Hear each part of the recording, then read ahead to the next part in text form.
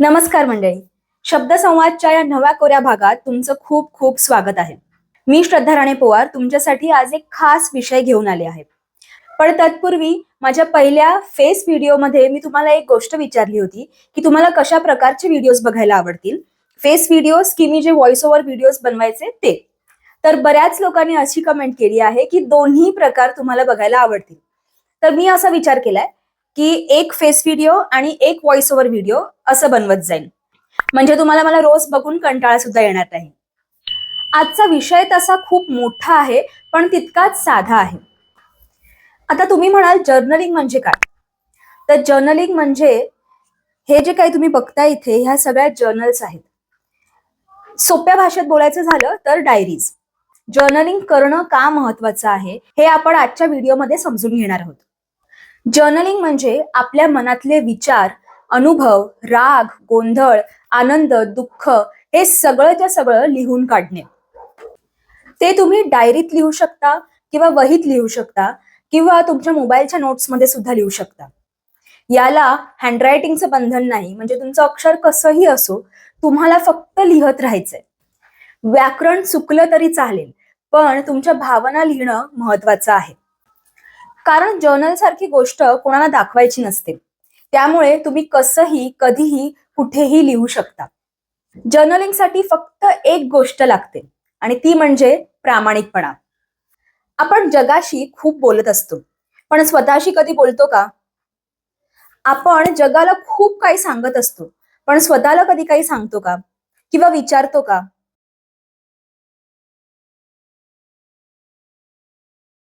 खूपदा आपण असं म्हणतो की मला काही खूप उदास आहे, डोकं खूप, आणि ते मन हलकं करण्याचं साधन आपल्याकडे असतं, कागद आणि पेन. आता जर्नलिंग महत्वाचं का आहे ते समजून घेऊया.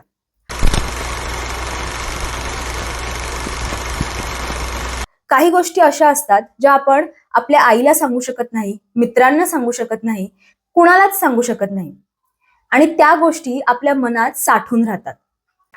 पण समजा त्या गोष्टी जर आपण कागदावर उतरवल्या तर आपलं मन शांत होतं आणि आपल्या मनाला श्वास घ्यायला जागा मिळते. या सगळ्या जर्नल्स ज्या आहेत त्या मी 2010 पासून लिहत आले आणि या सगळ्या जर्नल्सच्या पानांमध्ये मी माझं मन व्यक्त केलेलं आहे.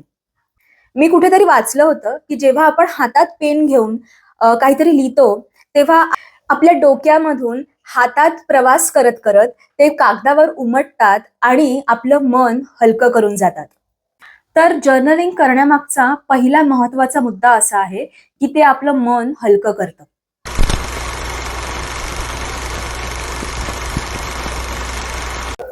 आपण कधी आनंदी होतो, आपल्याला कधी दुःख वाटतं, आपण कशामुळे दुःखी होतो, हे सगळं आपल्याला जर्नलिंग करता करता हळूहळू उलगडायला लागतं. कारण जेव्हा आपण एखादी गोष्ट लिहत असतो तेव्हा आपल्याला जाणवतं की ह्या गोष्टीमुळे मला त्रास होत आहे. कारण आपण आपल्या मनाशी एकाग्र झालेलो असतो. जेव्हा तुम्ही जर्नलिंग करता तेव्हा तुम्ही स्वतःशी संवाद साधत असता आणि त्यामुळे तुम्हाला हळूहळू उलगडत जातं नेमकं तुम्हाला काय फील होतंय आणि ते कशामुळे फील होतंय. तर जर्नलिंगचा दुसरा मुद्दा असा होता की आपण स्वतःला समजून घ्यायला लागतो.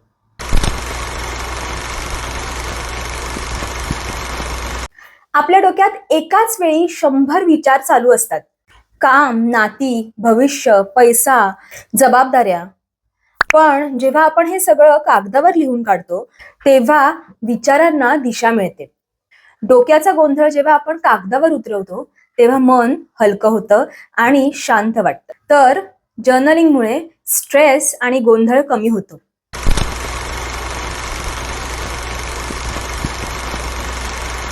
आपण नेहमी स्वतःवर राग काढतो, स्वतःच्या चुका काढतो. पण जेव्हा आपण जर्नलिंग करतो ना तेव्हा जर्नलिंग आपल्याला सांगतं की आज आपण प्रयत्न केला, आज आपण सकाळी उठलो, आज आपण हार मानली नाही. हे सगळं केव्हा कळतं? जेव्हा आपण आपला दिनक्रम किंवा जे काही आपल्या मनात चालू आहे ते जर्नलमध्ये लिहितो. आणि हे सगळं लिहिलं ना की स्वतःवरचा विश्वास हळूहळू वाढायला लागतो. म्हणजेच काय, जर्नलिंगमुळे आपला आत्मविश्वास वाढतो.